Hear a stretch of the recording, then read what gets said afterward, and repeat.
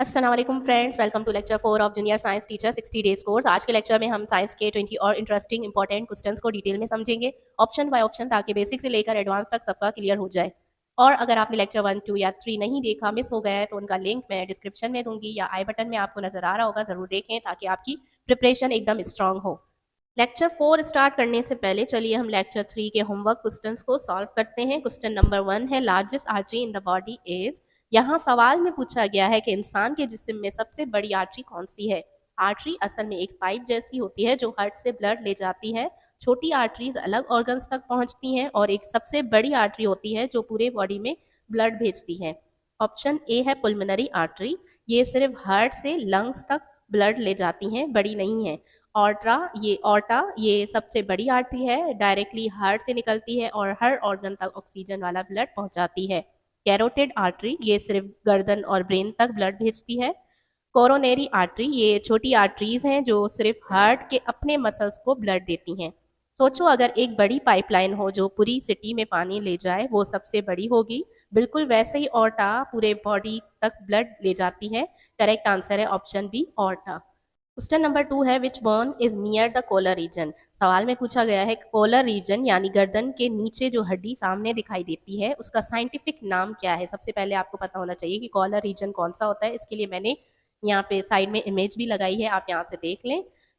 Collar bone को आम जुबान में गर्दन के नीचे वाली सीधी हड्डी कहते हैं। ये हड्डी चेस्ट और शोल्डर को कनेक्ट करती है।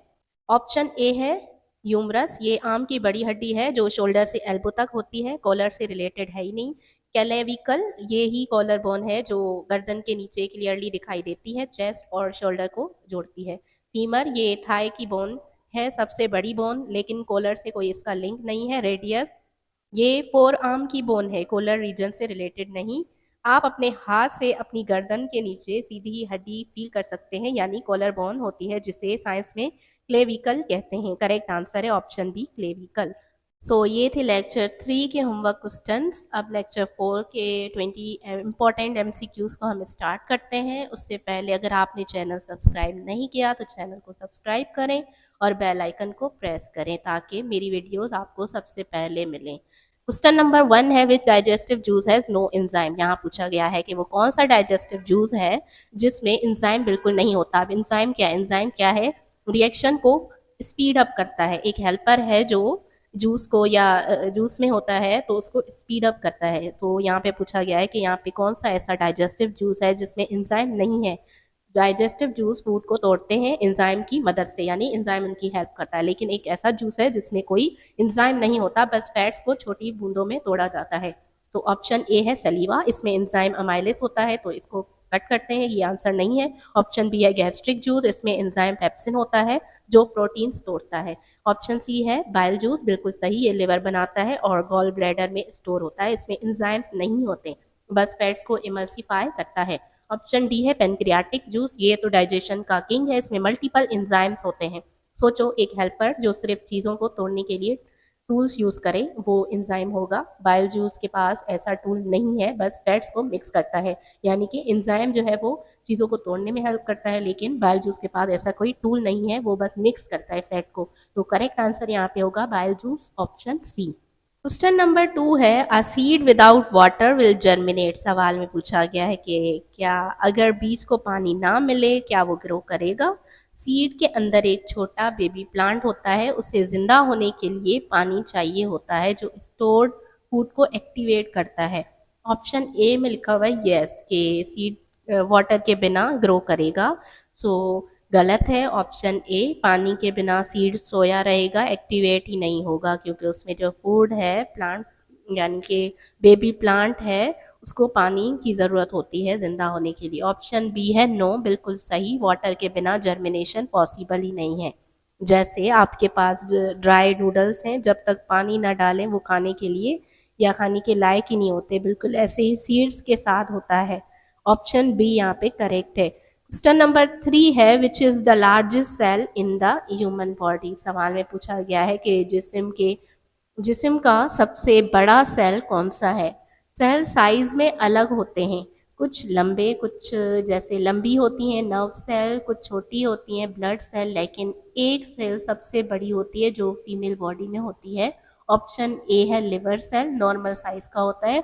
ऑप्शन बी है नर्व सेल, ये सबसे लंबा सेल है लेकिन साइज में सबसे बड़ा नहीं है। ऑप्शन सी है एग सेल, ओव्यूम, बिल्कुल सही, ये इतना बड़ा होता है कि नेकेड आई से भी देखा जा सकता है। ऑप्शन डी है ब्लड सेल, ये सबसे छोटा सेल होता है। जैसे क्लास में एक स्टूडेंट सबसे लंबा हो सकता है नर्व सेल, और दूसरा सबसे मोटा या बड़ा एग सेल, दोनों अलग चीजें हैं। करेक्ट आंसर है option C egg cell, ovum. Question number 4 है how many chambers are there in a fish. यहाँ पूछा गया है कि फिश के हार्ट में कितने चैम्बर्स होते हैं। डिफरेंट एनिमल के हार्ट में चैम्बर्स अलग होते हैं। ह्यूमंस में 4 होते हैं, फ्रॉग्स में 3, या फिश में और भी सिंपल सिस्टम है। तो ऑप्शन ए है 2, बिल्कुल सही, एक एट्रियम और एक वेंट्रिकल, फिश में 2 ही होते हैं। ऑप्शन 3 जो है उस वो फ्रॉग में होते हैं। ऑप्शन 4 है ये ह्यूमन में होते हैं। ऑप्शन 5 कोई एनिमल में 4 चैम्बर्स उनके हार्ट में नहीं होते। जैसे घर छोटा हो तो कमरे भी कम होते हैं, फिश का हार्ट सिंपल है, छोटा सा है, इसलिए सिर्फ 2 चैम्बर्स होते हैं। करेक्ट आंसर है 2, ऑप्शन ए। क्वेश्चन नंबर 5 है how many ribs are there in the human body. सवाल है कि इंसान के जिस्म में रिब्स कितनी होती हैं।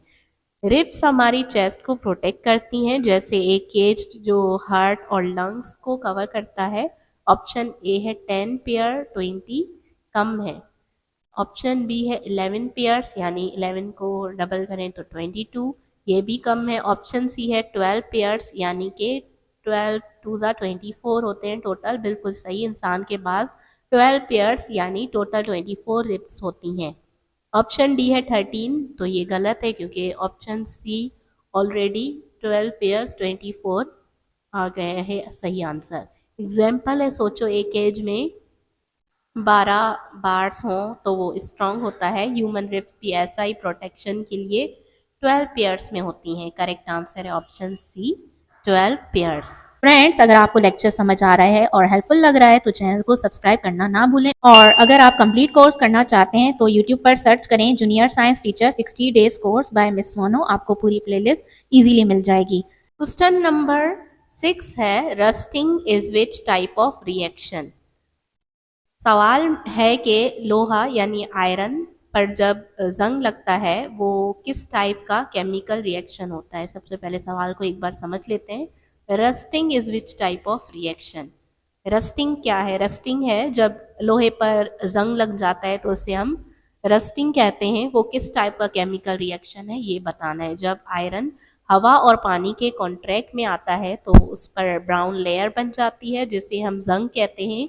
ये एक केमिकल चेंज है जिसमें ऑक्सीजन इन्वॉल्व होती है। सो ऑप्शन ए है ऑक्सीडेशन, बिल्कुल सही, क्योंकि इसमें ऑक्सीजन इन्वॉल्व है। रस्टिंग एक ऑक्सीडेशन प्रोसेस है जिसमें आयरन ऑक्सीजन और मॉइस्चर से रिएक्ट करता है। ऑप्शन बी है रिडक्शन, इसमें इलेक्ट्रॉन गेन होता है लेकिन रस्टिंग में ये नहीं होता। ऑप्शन सी है न्यूट्रलाइजेशन, एसिड और बेस की रिएक्शन को कहते हैं। रस्टिंग का इससे ताल्लुक नहीं है। ऑप्शन डी है सब्लिमेशन, सॉलिड डायरेक्टली गैस में कन्वर्ट होता है, जैसे नेफ्थिलीन बॉल्स, ये भी रस्टिंग से रिलेटेड नहीं है। एग्जाम्पल ले लेते हैं, यहाँ पे एक जैसे एप्पल कट करके रख दो और वो ब्राउन हो जाए, ये भी ऑक्सीडेशन है। बिल्कुल ऐसे ही आयरन पर रस्ट बनता है, oxidation, option A. Question number 7 है what is the normal blood pressure of the human body. यहाँ पूछा गया है कि इंसान का नॉर्मल ब्लड प्रेशर कितना होता है। ब्लड प्रेशर वो प्रेशर है जो हार्ट के पंपिंग से ब्लड वेजल्स पर पड़ता है। नॉर्मल रेंज होती ए है जो एक फिक्स्ड लेवल के अराउंड है। ऑप्शन ए है 18-120 mmHg, बिल्कुल सही यही है।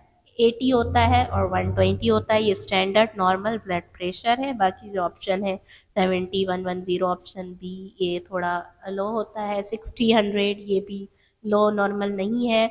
ऑप्शन डी है 90 और 140 ऊपर वाला जो ये हाई ब्लड प्रेशर की तरफ है। जैसे टायर में हवा का एक नॉर्मल प्रेशर होता है, अगर कम हो तो टायर फ्लैट या ज़्यादा हो तो ब्लास्ट का रिस्क है। बिल्कुल ऐसे ही ब्लड प्रेशर का बैलेंस होना ज़रूरी है। सो ऑप्शन ए है जो नॉर्मल ब्लड प्रेशर है 80-120 mmHg। क्वेश्चन नंबर 8 देख लेते हैं। In the periodic table elements are arranged by. सवाल है कि पीरियोडिक टेबल में एलिमेंट्स कौन सी प्रॉपर्टी के हिसाब से अरेंज होते हैं। पीरियोडिक टेबल एक चार्ट है जिसमें सारे एलिमेंट्स को एक सिस्टमैटिक ऑर्डर में रखा गया है। ऑप्शन ए है एटॉमिक नंबर। तो सवाल में पूछा गया है कि किस कैसे अरेंज होते हैं, तो ऑप्शन ए है एटॉमिक नंबर, बिल्कुल सही है। मॉडर्न पीरियोडिक टेबल का बेस है atomic number. Option B atomic mass, नहीं, पहले साइंटिस्ट ने इसे अरेंज किया था, लेकिन अब मॉडर्न टेबल एटॉमिक नंबर पर बेस्ड है, पहले मतलब एटॉमिक मास पर थी। ऑप्शन सी है वैलेंसी, एलिमेंट्स की केमिकल बॉन्डिंग के लिए इंपॉर्टेंट है, लेकिन अरेंजमेंट जो है वो एटॉमिक नंबर पे होती है। ऑप्शन डी है डेंसिटी, ये भी प्रॉपर्टी है पर अरेंज करने के बेस पर नहीं है।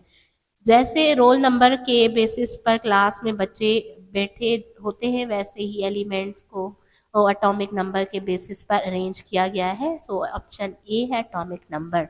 क्वेश्चन नंबर 9 है केमिस्ट्री इज ऑल्सो कॉल्ड। सवाल ये है कि केमिस्ट्री को और किस नाम से जाना जाता है। केमिस्ट्री फिजिक्स और बायोलॉजी के बीच का ब्रिज है, इसकी वजह से इसे एक स्पेशल टाइटल दिया गया है। ऑप्शन ए है सेंट्रल साइंस। तो यही है, केमिस्ट्री को जो है वो सेंट्रल साइंस कहा जाता है क्योंकि ये सब साइंसेस को कनेक्ट करती है। ऑप्शन बी है मदर ऑफ साइंसेस, ये यूजुअली फिलॉसफी के लिए यूज होता है, केमिस्ट्री के लिए नहीं। ऑप्शन सी है एक्सपेरिमेंटल साइंस, ये एक जनरल बात है पर ऑफिशियल नाम नहीं है। ऑप्शन डी है नेचुरल साइंस, ये एक ब्रॉड कैटेगरी है, केमिस्ट्री इसका पार्ट है लेकिन इस नाम से नहीं बुलाई जाती। जैसे एक ब्रिज दो अलग अलग शहरों को कनेक्ट करता है, वैसे ही केमिस्ट्री फिजिक्स और बायोलॉजी को कनेक्ट करता है। आंसर एक सेंट्रल साइंस करेक्ट है। क्वेश्चन नंबर 10 है व्हाट डज हाइड्रोपोनिक्स मीन। सवाल है कि हाइड्रोपोनिक का मतलब क्या है। हाइड्रो का मतलब है पानी और पोनिक्स का मतलब है ग्रोइंग मेथड। ए को देख लेते हैं, प्लांट ग्रोथ इन वाटर, बिल्कुल सही। हाइड्रोपोनिक एक मॉडर्न फार्मिंग मेथड है जिसमें प्लांट्स को पानी में न्यूट्रिएंट देकर ग्रो कराया जाता है बिना सॉइल के। ऑप्शन बी है प्लांट ग्रोथ इन सॉइल, ये ट्रेडिशनल फार्मिंग है। ऑप्शन सी है प्लांट ग्रोथ इन एयर, ये एरोपोनिक है, हाइड्रोपोनिक नहीं है। ऑप्शन डी है प्लांट ग्रोथ इन सैंड, ये भी अलग मेथड है, हाइड्रोपोनिक नहीं है। हाइड्रोपोनिक का मतलब है प्लांट जो है वो पानी के जरिए ग्रो करे बिना सॉइल के। जैसे कुछ लोग प्लास्टिक बॉटल्स में पानी और न्यूट्रिएंट डालकर प्लांट्स ग्रो करते हैं, यही हाइड्रोपोनिक है। Option A plant growth in water correct है। क्वेश्चन नंबर 11 है world diabetes day is celebrated on. सवाल ये है कि डायबिटीज की अवेयरनेस का दिन कौन सी डेट को मनाया जाता है। डायबिटीज एक ऐसी बीमारी है जिसमें इंसुलिन कम या काम ठीक से नहीं करता और शुगर लेवल हाई हो जाता है। 14 नवंबर इसकी डेट है, ये वर्ल्ड डायबिटीज़ डे है और ये इंसुलिन के डिस्कवर डॉक्टर फ्रेडरिक बेंटिंग की बर्थडे पर सेलिब्रेट होता है। ऑप्शन बी है 7 अप्रैल, ऑप्शन सी 1 दिसंबर। तो इसका करेक्ट आंसर है 14 नवंबर। क्वेश्चन नंबर 12 है what is the pH of human blood. Human blood का पीएच कितना होता है। पीएच एक स्केल है जो बताती है कि चीज़ एसिडिक है, न्यूट्रल है या बेसिक है। एसिडिक यानी 7 से लेस देन 7, 7 से नीचे, न्यूट्रल यानी 7 के बराबर, इक्वल टू 7, बेसिक यानी कि ग्रेटर देन 7। ऑप्शन ए है 6.8, ये एसिडिक साइड है, ब्लड का नॉर्मल पीएच नहीं है। ऑप्शन बी है 7.4, ये बिल्कुल सही है, ह्यूमन ब्लड थोड़ा बेसिक होता है। सो ऑप्शन ए, सी और डी ये रॉन्ग है। जैसे स्विमिंग पूल में वाटर का पीएच बैलेंस चेक करते हैं, वैसे ही ब्लड का भी बैलेंस होना ज़रूरी है। ऑप्शन बी 7.4 करेक्ट है। क्वेश्चन नंबर 13 है which is the only liquid metal at room temperature. सवाल यह है कि रूम टेम्परेचर, नॉर्मल टेम्परेचर पर कौन सा मेटल लिक्विड फॉर्म में होता है। ज़्यादातर मेटल सॉलिड होते हैं, लेकिन एक स्पेशल मेटल लिक्विड फॉर्म में होता है। ऑप्शन ए मर्क्यूरी, मर्क्यूरी जो है वो रूम टेम्परेचर में लिक्विड फॉर्म में होता है। मर्करी को थर्मोमीटर और बीपी मशीन्स में यूज़ करते हैं। ऑप्शन सी है सोडियम, ये सॉफ्ट मेटल है पर सॉलिड होता है। ऑप्शन बी जो है वो सोडियम है। ऑप्शन सी है एल्यूमिनियम, ये लाइट वेट सॉलिड मेटल है। ऑप्शन डी है आयरन, ये भी सॉलिड होता है।